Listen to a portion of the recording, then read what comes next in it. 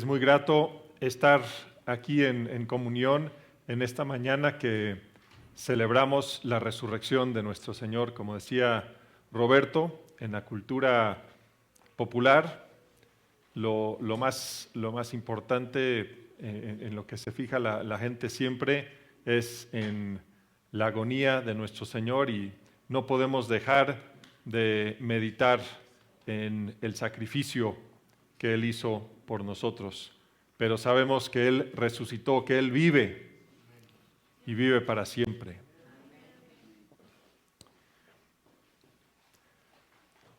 No soy predicador ni pastor, soy abogado, así que quizás mi forma de comunicar o de conversar es un poco distinta, pero espero que el Señor use su palabra en esta mañana para traer bendición a su pueblo. Es muy grato estar reunidos juntos como familia del Señor, como el pueblo de Dios, y sabemos que si escuchamos bien las palabras de nuestro Señor y no lo tomamos no tomamos esas palabras como meros pensamientos bonitos, sabemos y tenemos la certeza de que viviremos también nosotros con Él para siempre. Así que espero que todos los que están aquí presentes nos estemos viendo, no solo este domingo y el próximo domingo, sino dentro de 500 años, 1000 años, toda una eternidad de estar alabando al Señor juntos.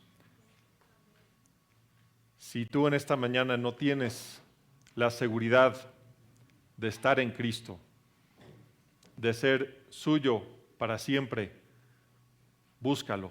No descanses hasta encontrar esa seguridad de estar en el Señor.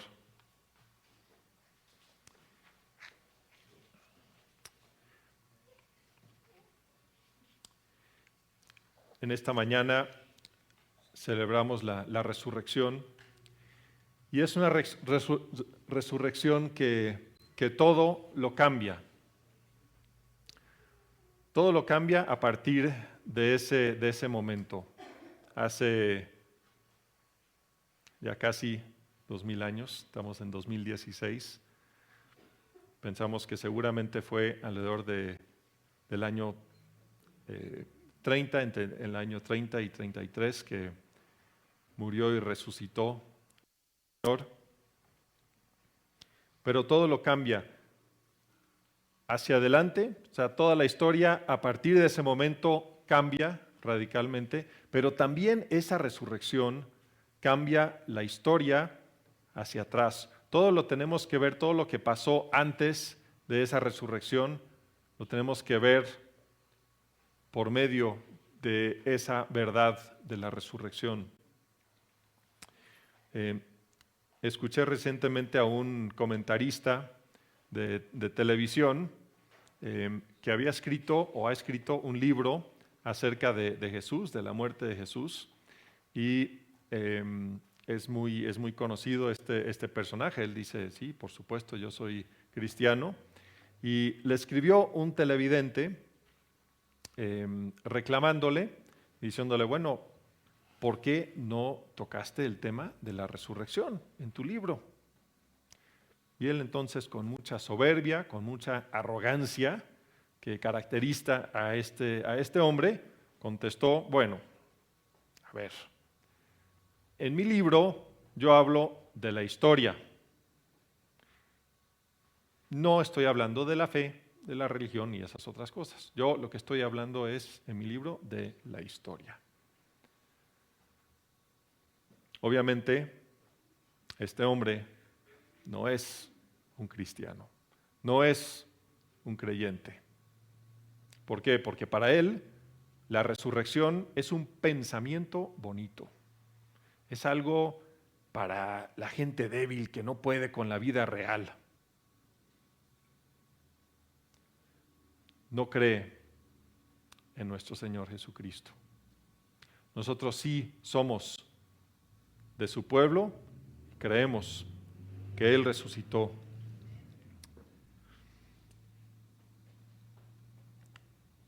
Vamos a repasar un evento en la vida de Jesús en la tierra que su resurrección nos da un enfoque distinto, nos ayuda a entender mejor lo que sucedió. Vamos a leer en Marcos 4,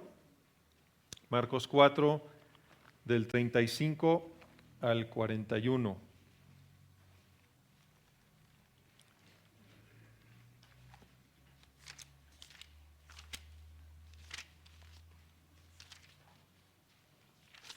Voy a leer en la nueva versión internacional, pero es muy parecido a la traducción que todos tenemos. Marcos 4, del 35 al 41. Jesús acababa de enseñar al pueblo con parábolas, que por cierto son muy ricas y requieren de mucho estudio porque son a veces muy breves esas parábolas y hay que pensarlas. Siempre era la forma de Jesús de enseñar algo que ponía una semilla en la cabeza de sus oyentes. Me acuerdo, yo tenía creo que 6 años y mi padre, me acuerdo que tenía 6 años porque mi padre estaba cumpliendo 30 años. Y mi padre se sentó conmigo, yo tenía 6 años. Mi padre se sentó conmigo y me dice, hijo, estoy cumpliendo 30 años. Dice, muchos hombres mueren a los 30 años, me dice. Y yo me quedé pensando y todo ese año, de veras, todo ese año, me quedé pensando, ojalá mi papá llegue a los 31 años para que no se me muera. Y cuando cumplió 31 años me acuerdo que yo estaba muy feliz. Pero ¿qué me quiso enseñar con eso? Pues algo muy sencillo en comparación con lo que Jesús nos enseña en las parábolas, pero las estadísticas pueden decir muchas cosas, ¿no? Y no nos debemos de confundir con las estadísticas. Pero Jesús acababa de enseñar con parábolas al pueblo y dice, ese día al anochecer les dijo a sus discípulos, crucemos al otro lado. Dejaron a la multitud y se fueron con él en la barca donde estaba. También lo acompañaban otras barcas. Se desató entonces una fuerte tormenta y las olas azotaban la barca, tanto que ya comenzaba a inundarse. Jesús, mientras tanto, estaba en la popa, durmiendo sobre un cabezal. Así que los discípulos lo despertaron. Maestro, gritaron, ¿no te importa que nos ahoguemos? Él se levantó, reprendió al viento y ordenó al mar, silencio, cálmate. El viento se calmó y todo quedó completamente tranquilo. ¿Por qué tienen tanto miedo?, dijo a sus discípulos. ¿Todavía no tienen fe? Ellos estaban espantados y se decían unos a otros, ¿quién es este que hasta el viento y el mar le obedecen? Quiero que veamos rápidamente 3 cosas en este pasaje. Quiero que veamos el plan de Dios, cómo planeó esto. Quiero que veamos el poder de Dios y quiero que veamos por último la paz de Dios. Este escenario, este acontecimiento con el barco en el mar de Galilea, Dios lo había planeado desde hacía muchos siglos. Él es un arquitecto de veras asombroso. Podemos ver las catedrales más lindas de Europa, que tomaron siglos en construirse, y todo eso no se compara con el plan de nuestro Dios. Podemos ver las pirámides bellísimas de Yucatán, que estuvieron escondidas en la selva también por siglos, y su belleza, pero no se compara con los planes que hace nuestro Dios. Podemos leer grandes autores como Lewis, como Tolkien, que construyeron mundos enteros, pero no se comparan con el plan de nuestro Dios. Hasta los artistas que demuestran la grandeza de la creación,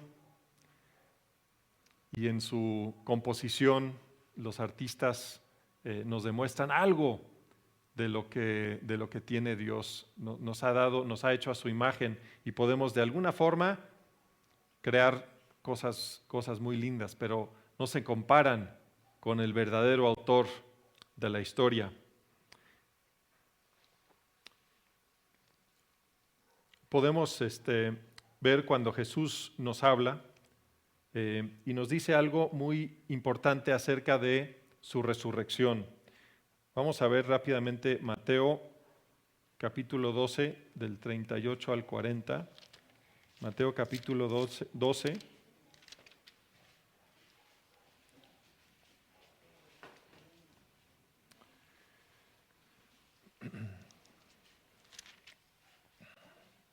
Mateo capítulo 12, del 38 al 40.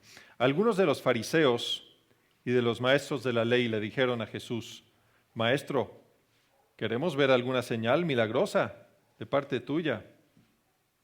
Jesús les contestó: Esta generación malvada y adúltera pide una señal milagrosa, pero no se le dará más señal que la del profeta Jonás.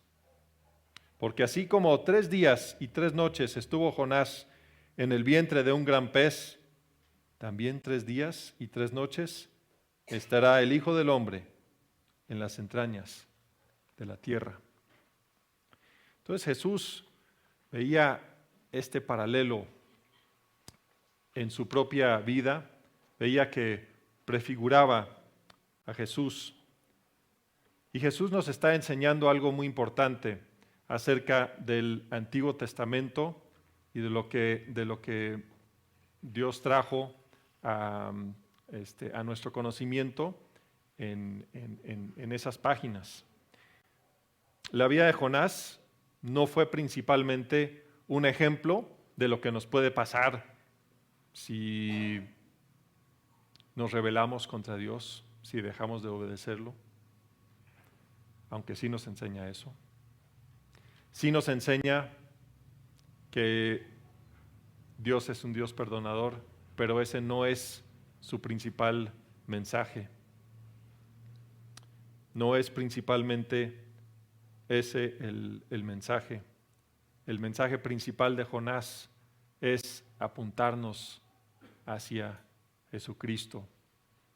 Jesús mismo nos lo dice.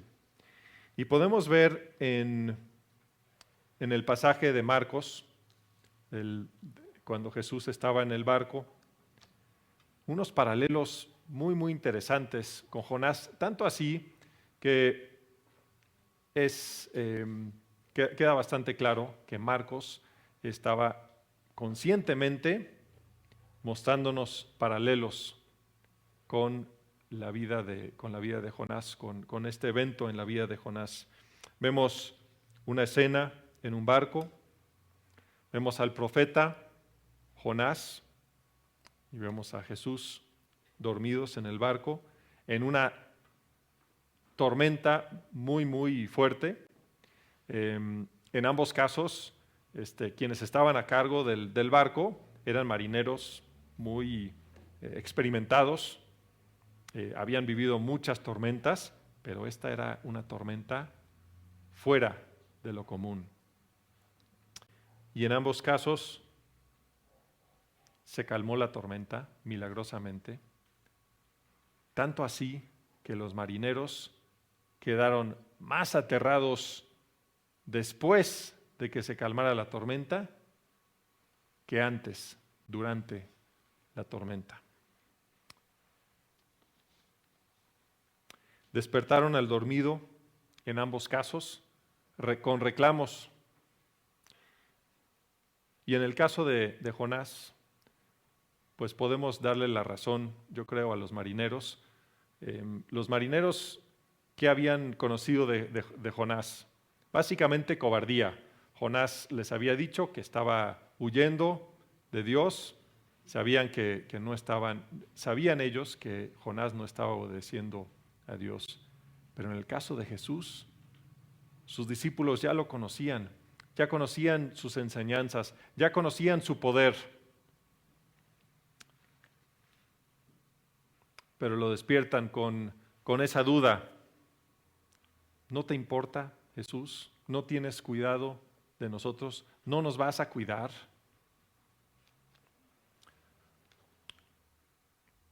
Los discípulos habían olvidado quién era Jesús. Y a nosotros nos pasa también en nuestra vida diaria. Si son ustedes como yo, comenzamos a vivir situaciones que no teníamos planeadas, que sentimos que se nos salen de nuestro control y dejamos de fijar nuestra mirada en el Señor. Pero nosotros conocemos al autor de la historia. A mí me gusta mucho leer buenos autores. Uno de los que me gusta es Arthur Conan Doyle, el autor que inventó el personaje de Sherlock Holmes, el detective a finales del siglo XIX, ambientado en Londres y en otras partes de Inglaterra. Y cuando me acuerdo que cuando estaba leyendo una de las novelas más famosas, El Sabueso de los Baskerville, está ambientado en unos pantanos cerca de Gales, que en el siglo XIX todavía eran lugares muy peligrosos por el paisaje ahí, muchos pantanos, y había mucha niebla, mucha neblina. Y entonces hacia el final de la historia, Holmes y su ayudante y amigo John Watson están esperando afuera de una casa en el campo, y están esperando afuera de esa casa, que es la casa del homicida, del malo de esta novela, del asesino. Y adentro de la casa también está su cliente. Y este asesino tiene planes para matar a su cliente, pero no lo pueden comprobar, lo tienen que agarrar en el acto. Y él se ha inventado, este asesino, un monstruo, no les voy a dañar para los que no han leído la historia, un monstruo espantoso que depreda en esos lugares. Y entonces están esperando afuera de la casa y ven que se acerca la niebla y que cae la noche. Y se acerca la niebla y se acerca. Y dicen, no vamos a poder ver para rescatar a nuestro cliente cuando salga.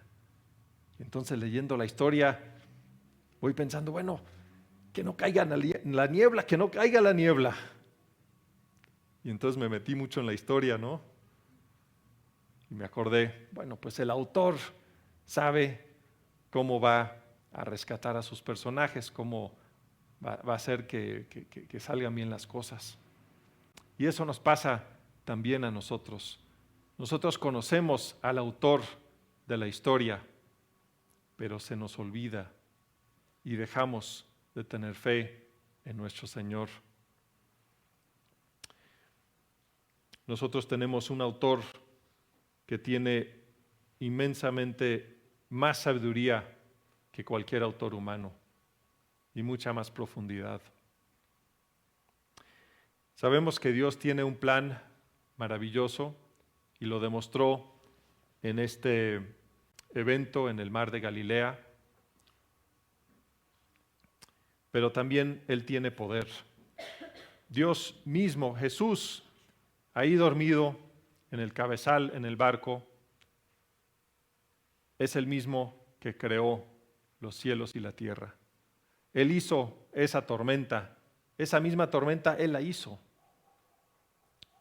Lo tenía planeado. Vamos a leer brevemente un salmo que habla del poder de Dios. El Salmo 29. Jesús conocía muy bien los salmos, era su himnario. Y vemos que los salmos hablan de Jesús, que en realidad Él es el gran salmista. Salmo 29. Tributen al Señor seres celestiales, tributen al Señor la gloria y el poder.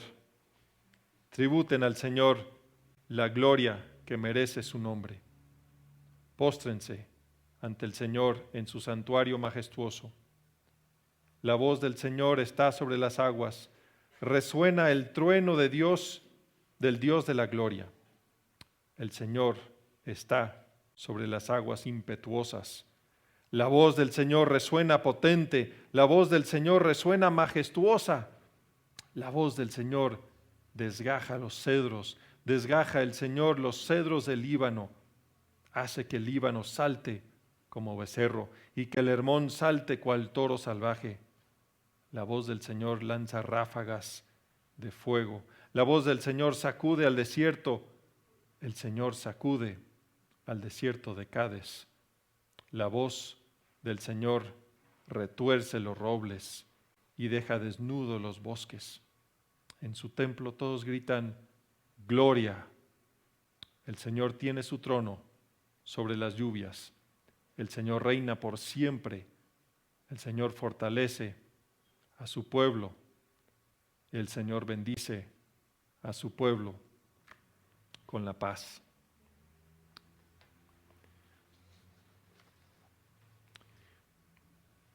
Hablaba Roberto del contraste que vemos en la cultura popular. Lo estuvimos viendo en estos días con la película que creo que pasan en toda Latinoamérica en esta época del año de Ben-Hur. Y es una historia muy conmovedora, ¿no? Seguramente todas la hemos visto en muchas ocasiones. Y estábamos viendo esa película y una de mis hijas mencionó, al final dijo, no hablaron de la resurrección. Y es cierto, termina la película pues, con una toma lindísima, obviamente, Hollywood de los años 50 creo, o 60, con 3 cruces vacías, pero estaban vacías porque ya estaban sepultados o quemados los cuerpos. No habla de la resurrección. Y pues conmueve al personaje principal, a Judah Ben-Hur. ¿Por qué? Por el perdón, por la mansedumbre, por la sanación. Pero es un Cristo muerto.